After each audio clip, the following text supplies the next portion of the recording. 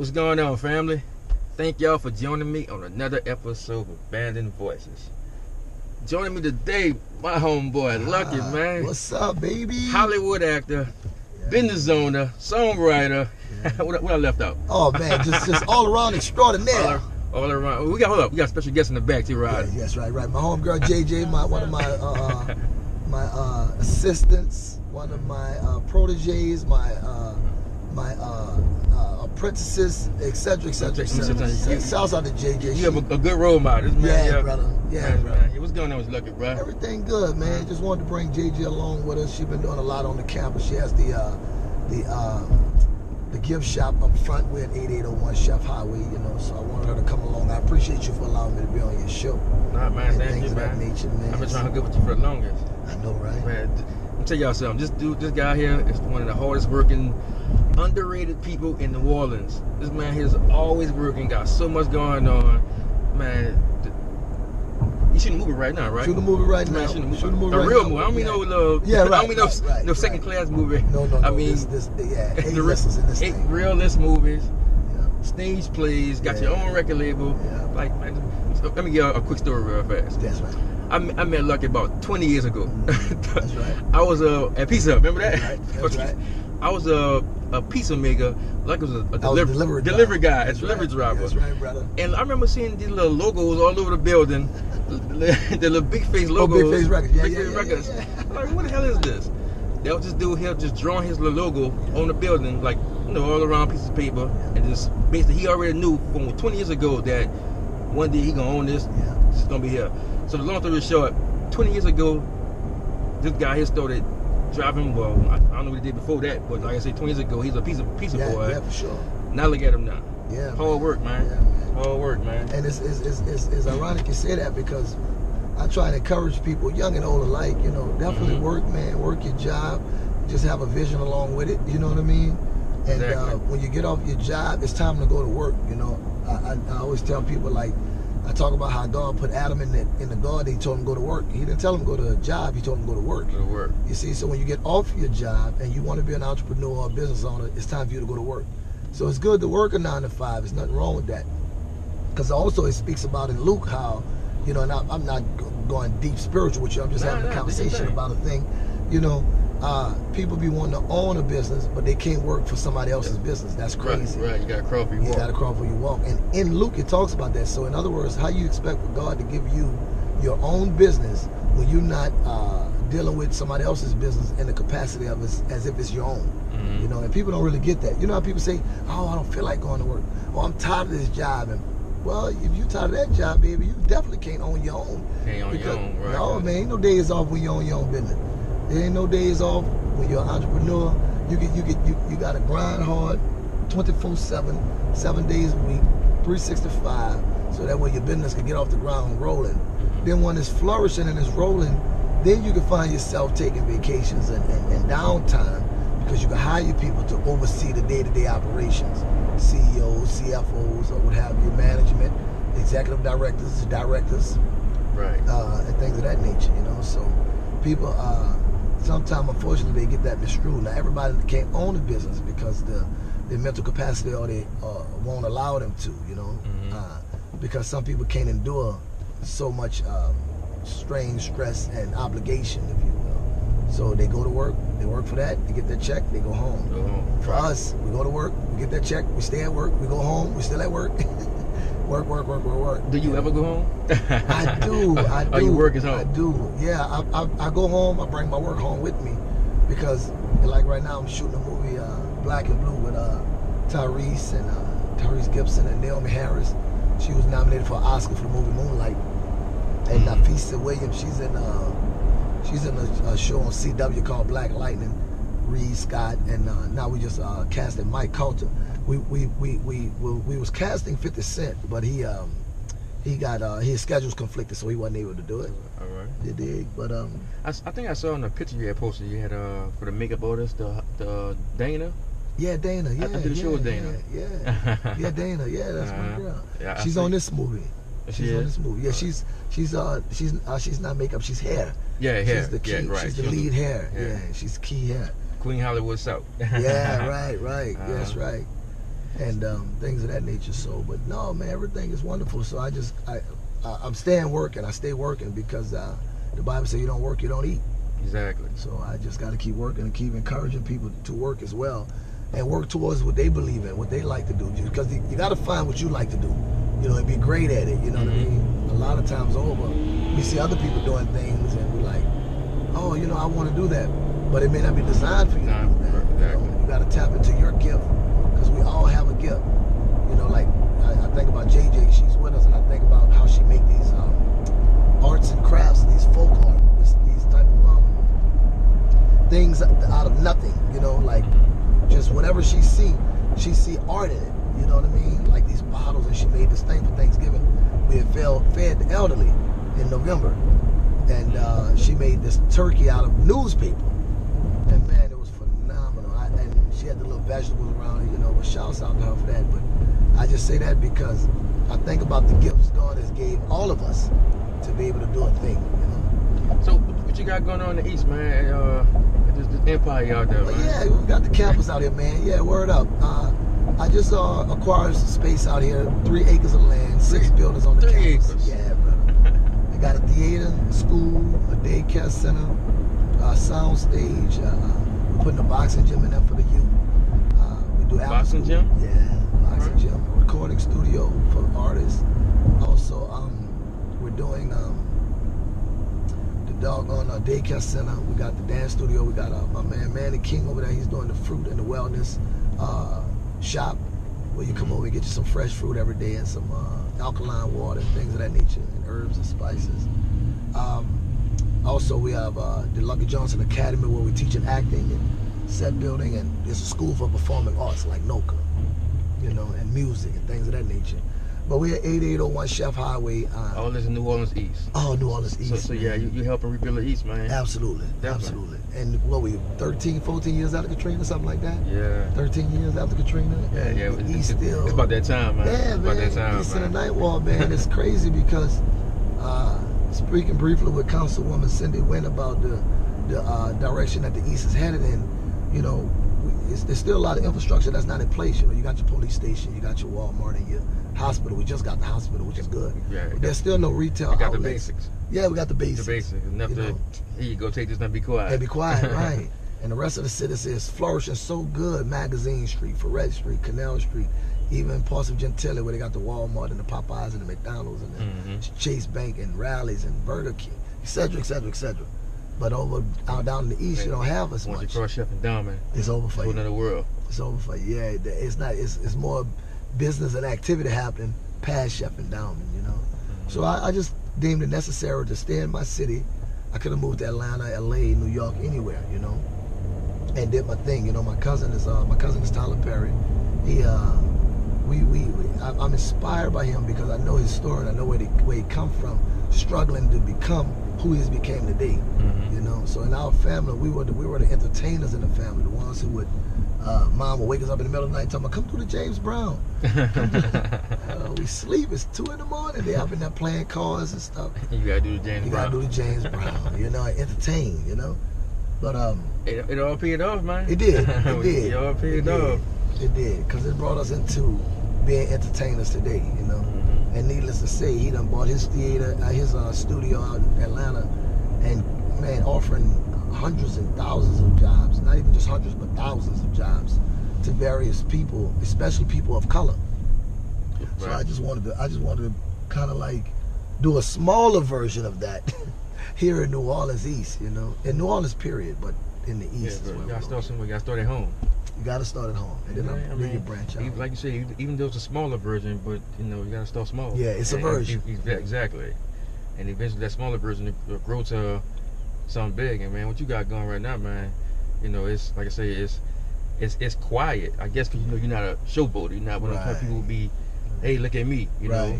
Right. Like man, you have a lot going on. Yeah, we discussed that the other last week when me and you was talking, because I don't know, you know, I look to the hills which come in my help. You know everybody in the city. Yeah, right. And so I can call on anybody, man, and say, hey, but I wanted to be authentic from them because I want them to be able to say, I'm doing that not just because I'm cool with Lucky, but I'm helping the people. Exactly. See, I always want to help the people. I feed the homeless. I give away a bunch of toys for Christmas to kids. You know, I clothed the homeless. I give them shoes and jackets because it's cold out here. I mean, the list goes on. And you know, I'm a reflection of God, truly God's child. You know what I mean? Because it's all about His people. You know, now we got the new party bus we're working on. We got the space for the kids' birthday party. We got the spacewalks in there. We got the we got JJ the Clown outfit, the SpongeBob, the Mickey Mouse, the you know, those type of things. Because when parents want to branching into, like, trying to tap into all the money. Yeah, man. And you know, but I've been doing that for years as well. But I know how to cater to the people because it's all about the supply people. Their needs, right? Somebody needs, Because basically, if you need it, you need it. So if you don't supply, they're gonna go get them somewhere else. So, and if I give you the space, I might give you the space for say $850. You got a hall for your baby party, and it's nice. You got a spacewalk, a train, a DJ, and a character. Everything you need. Man, I'm saving you $2,000. Right. I'm saving you $2,000. The hall itself that you rent might be $1,000. The DJ might be $200. That's $1,200. The spacewalk another $200. That's $1,400. Right. You know, spacewalk another $1,500. You're right though. That's the numbers. You know what I mean? And we already had them baby parties, and you be like, hold up now. Yeah. She turned 3. She turned 3. She's not gonna remember none of this. Hold up now. You're not gonna remember none of this. You got candy bags and cake. You got the cake. You know, it's a lot. Even with people getting married, you know, the space is so nice. You know, we've had 2 or 3 weddings in there already, and people started steadily coming for weddings. We've only been there 4 months. You know, so it's booking up a lot. The restaurant, yeah, thank you. Samantha's Cafe. You have a restaurant back there? Yeah, I forgot. It slipped my mind. There you go. Yeah, man. So it's just so much going on, and we just got a new church out on board. The Life in the Word Church. They was on Wilson and Chef. They came down. Oh, I know that's that.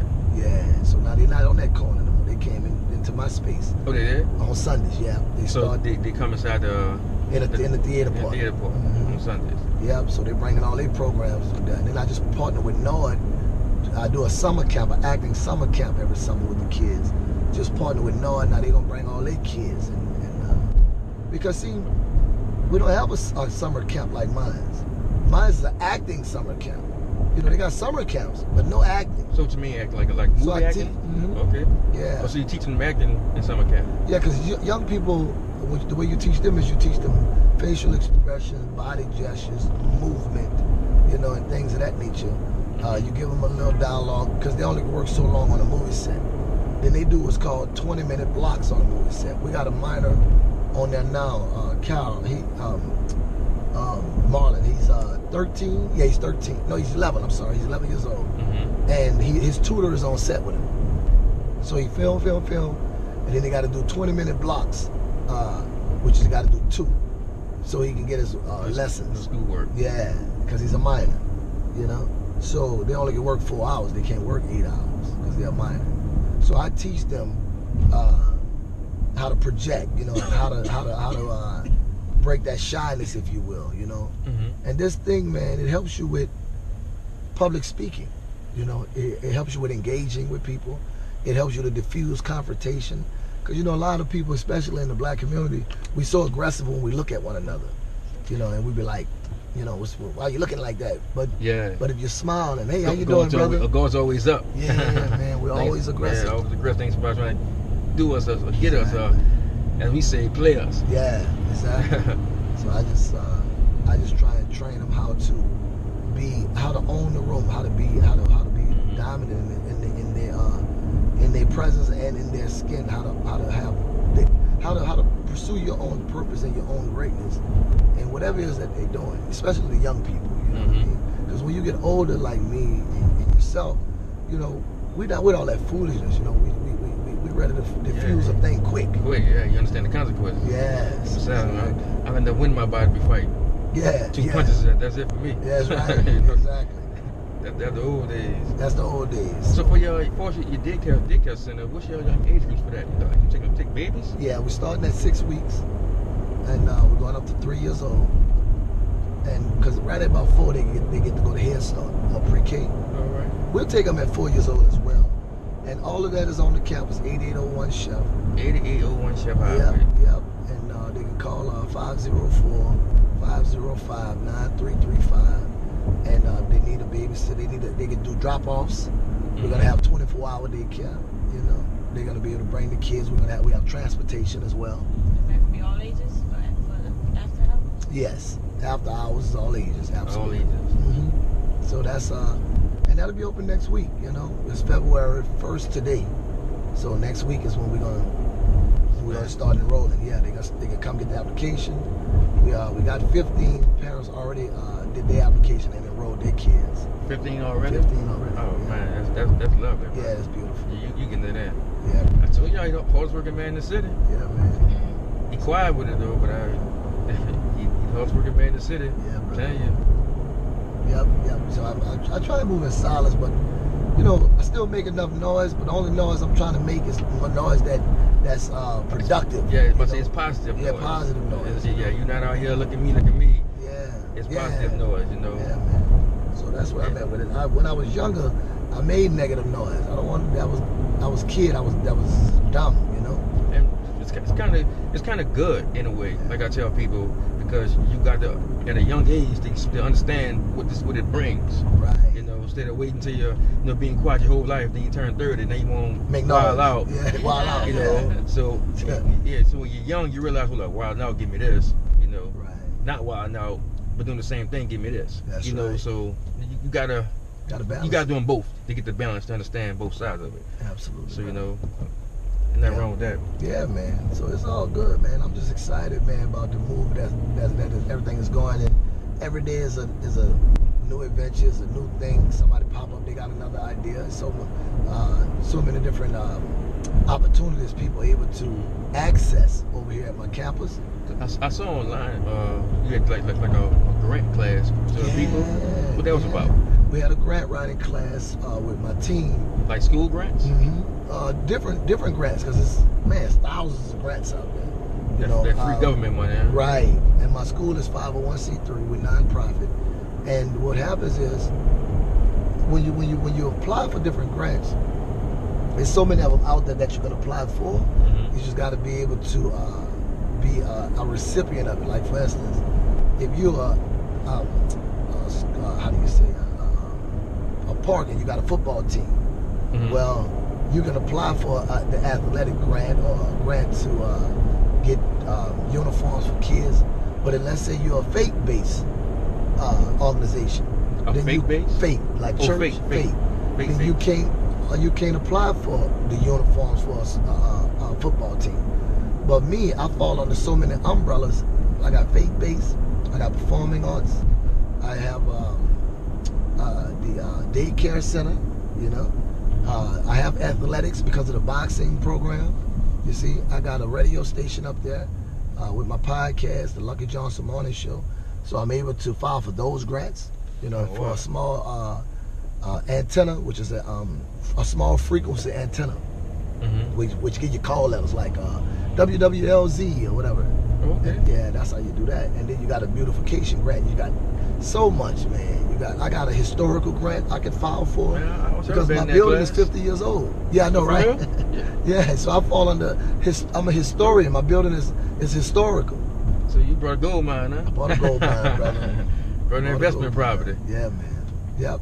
And that's what they did with the Singer Theater, the Joy, the Carver, Mahalia Jackson, the Orpheum Theater, the Civic Theater.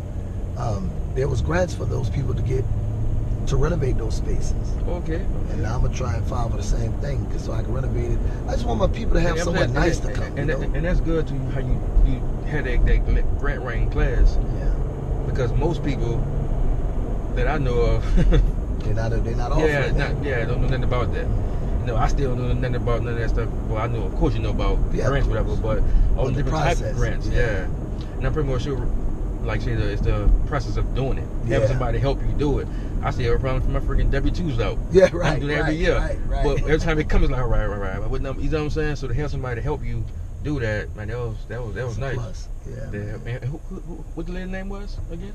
Oh, Annette. Annette. Annette came. Her last name Morris, like your first name. All right. Annette came and she taught the grant writing class, and it was very informative. And she was really good, and we left with a lot of knowledge, man. And I'm talking about knowledge where we didn't even have to call her back. You know how you have to have another class? She brought the paperwork, the booklets. She talked on it for a few hours. I think the class was from like 11 to 3 or something like that. But she really was informative, man. Shouts out to her for giving us that business.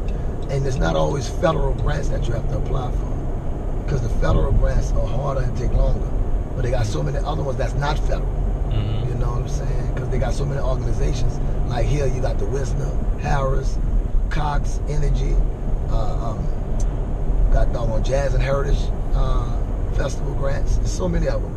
But you got to apply for them. And then there's a process, of course. You don't just get them overnight. You know, there's a process. You go through the process. And up until then, you have to do these fundraisers. So I have stage plays and... all right. Yeah, you have to do fundraisers because you got to be able to sustain. All right. Yeah, the grant is not.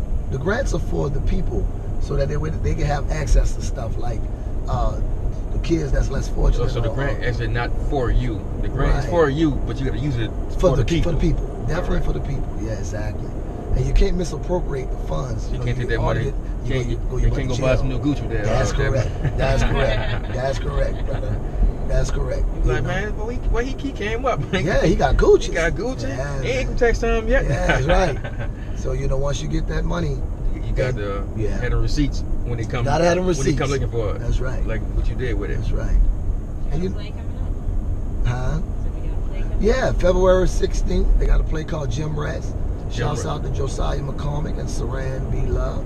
Yeah, called Gym Rats. JJ's in the play. She got one of the lead roles. All right. You had a few plays there already. I know. Yeah. Every month we've done a play since we've been there. Every month we've had a play since we've been there. And the only month we didn't do it was December, because we had so much other stuff booked already. So we didn't do a play in December, but we did it every month we've been there since we've been there. And yeah, shouts out to them. They're gonna do Gym Rats, and then Mardi Gras is gonna come in March, so I'm gonna do another play in April. Catch That Beat, which was my very first play with Big Frida, and I'm gonna do another one. Yeah. Catch That Beat. Catch That Beat, man. And how you boy, your homeboy, 10 More Bucks, man? Shouts out to 10 More Buck. You know, he's doing this thing. He's been with you from way back. Since the man, beginning, 2003. Man. Yeah. And he's been with me many years. My artist, my friend, and we partnered up with different restaurants that we've owned in the city. He had a photo shoot last night, and we opened up a hair store in Houston called Beach, because he does his character called Bisha.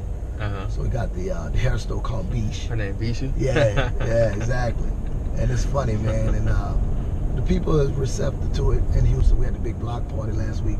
Then we had the big concert out there to celebrate the opening. And that was real nice. So everything is going good, man. God is truly blessing. And we just stay in our course, stand in our lane, you know. And a lot of times we as people want to get in other people's lane, and you can't do that, you know. Believe it or not, it's a sin because you miss your own mark. And you can't miss your mark, because when God has something for you, it's for you. So God's not going to tell me what he has for you, Morris. He's going to tell me what he has for me. Right. And what he has for me is for me. Exactly. You know, and if he doesn't reveal it fast enough, he'll just put me on the right path to get to my destination. You know what I'm saying? And a lot of times we want to veer off our path to get on somebody else's path. Exactly. And that's not your calling, you know. Stay in your lane. Stay your course. Live in your purpose. You know, be righteous by your fellow man. You know, be upstanding, be God willing, be God fast, steadfast, you know, focused, diligent, productive. All those great words, you understand me? Man, you definitely are a true example of hard work. Truly. Because like I said, I've known you I think this year made 20 years. Truly. I think this made 20 or 19 years. And I remember you was a pizza boy. That's right. And you had your logo on a piece of paper. That's right. Stapled to the wall with a thumbtack. That's right. Now you got it like on billboards. I got it on billboards. I knew then I had a vision. You know, exactly. You know, so it's one of those. I was telling my son about your journey and whatever. He asked me, you know, what you was gonna do today, whatever. Right. So I gave him a little rundown. And I was like, man, you never know. Like, you never stop. That's right. True passion. Yeah. Like I remember a long time ago, he had it at Pizza Hut. I mean, I was clocking in. I saw a little picture of a man called Big Face Records. That's right, brother. Somebody drew. That's right. And it was yours. That's and right. 20 years later, you're on billboards. That's right, know, man. So basically, man, you a true example of like non-stop. You got to get it in. Yeah. Like, don't sleep. Yeah. You know, and basically wait your turn, because you know sometimes in life people feel it don't move fast enough. Right. You know, like I start this Monday.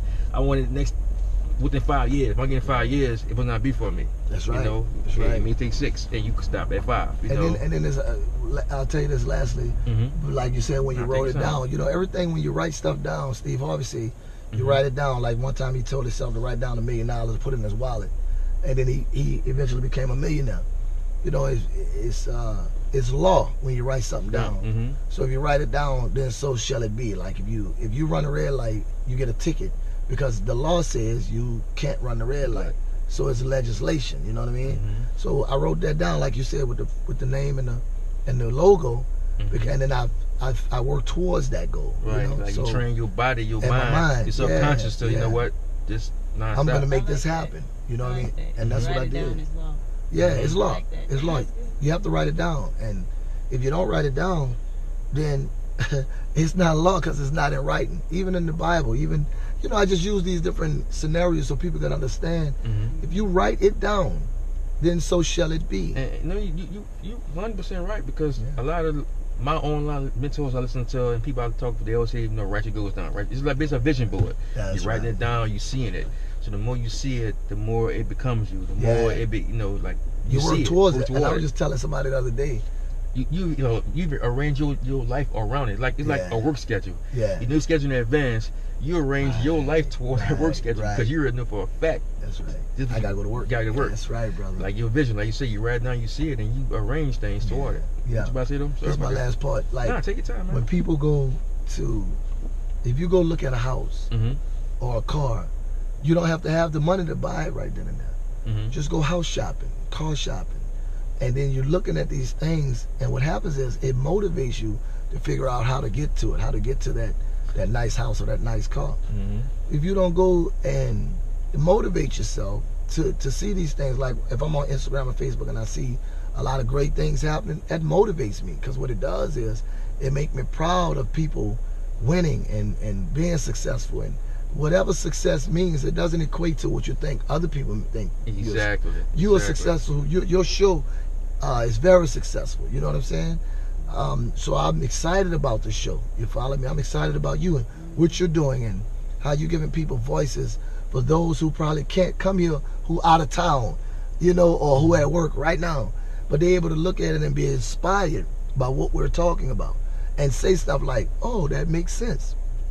I can go window shopping. I can go look at a car. I can go car shopping. Don't have to have the money. Just go look at nice cars. Go look at nice cars. Then you would go home and say, you know what? I want to go to Popeyes, but you know what? I'm gonna save that Popeyes money because that car was, you know. But you're right, though. You're right. Even my cigarette smokers. If you just sacrifice for 1 year, I told my cousin she was smoking 2 packs a day, and it equated up to $7,900 a year. $7,900. $7,900 a year for cigarettes. Cigarettes. Oh my God. Yeah. Now if you sacrifice that's one person. 1 year, that's one person. One person. 2 packs. That's just one person. Yes. Now if you sacrifice that for 1 year, and you know the year gonna happen unless you die. Exactly. But the year gonna happen, and we don't sacrifice. We don't believe. For some reason, we just in the moment. You know, you have to plan your life for the future. What you're saying is so true, because I got 2 sons. You know, I got 4 kids total, but my boy's my oldest, and I talk to him a lot, you know, some grown stuff, whatever, and about saving and about stocks and just whatever. And I say it may take you 20 years. Right. I said, right, if you 18 now, you plan on being, if you 20 years old. Well, one of my sons, let's say 15. You're 15 now.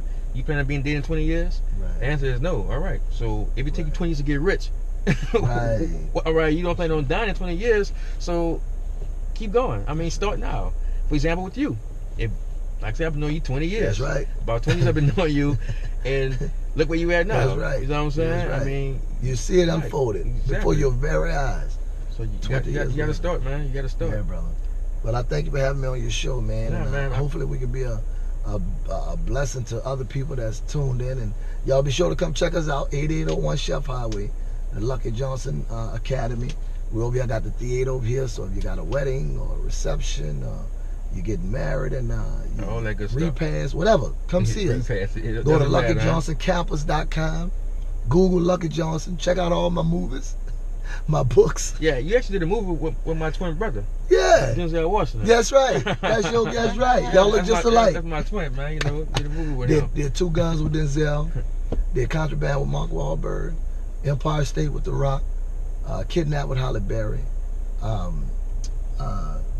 The Whole Truth with Keanu Reeves from The Matrix. I'm glad you said that. Kidnapped with Halle Berry. I was sitting with my daughter. My daughter, her name is Diamond. My oldest daughter. What's up, Diamond? She was at the time she's 11 now. She was 10. Was watching Kidnap because she be into Spence movies like that, you know. Yeah. And the part you ran out, I said, man, look at my boy Lucky, man. And she was like, Dad, you don't know him. I said, I do know him right there. Your dad and my friend, Diamond. And my son came. That's why he know people. I was like, Daddy, I do know Lucky. And they were like, you could they laughed at me or whatever. Yeah, all right, Daddy. I'm glad you brought that up. Now make sure I let her know. You better let her know. That's right. Your daddy been my friend 20 years. 20 years. That's my partner. Yeah, man. And I just be excited. I'm glad I'm able to be a blessing to other people. You know what I'm saying? And things of that nature. I had a little guy come on my show today. I went spoke at their school 3 years ago. A little white kid, 6'3" and 200-something pounds. He got hit by a car in me, so he don't have no skull on his right side. And he was able to make his brain jump, and like you could see his brain moving in his skull. But he came on the show today, and he was just talking about how I inspired him 3 years ago when I went to their school. White kid at Riverside, I think it is. In is it LaPlace? I think it's LaPlace. But I was just happy to see the little guy, you know. And I remember talking in their school because I talked to a lot of young people, and I was just trying to encourage them and motivate them to keep living, man. You know what I mean? Because you got a reason to be here. That car could have hit you and killed you. Yeah, but it didn't kill you. You hit for a reason. Yeah. So this accident happened recently? In May. Yeah. Oh, in May. He was on my show this morning on my podcast, and he was in. You also check my boy out his podcast in the morning, every morning. Yeah, 9:30, 11:30. Lucky Johnson, Lucky_Johnson, and what else? Jay, Lucky Morning Show. What is it? Lucky Johnson Morning Show. Yeah. Lucky Johnson Morning Instagram Show. Live or Facebook. I know I need to start. Morris, have a great day, my friend. Man, thank you, man. I appreciate it, man. You, brother. Thank you. We enjoyed it. Appreciate it, man. Right. Thank you. Dig.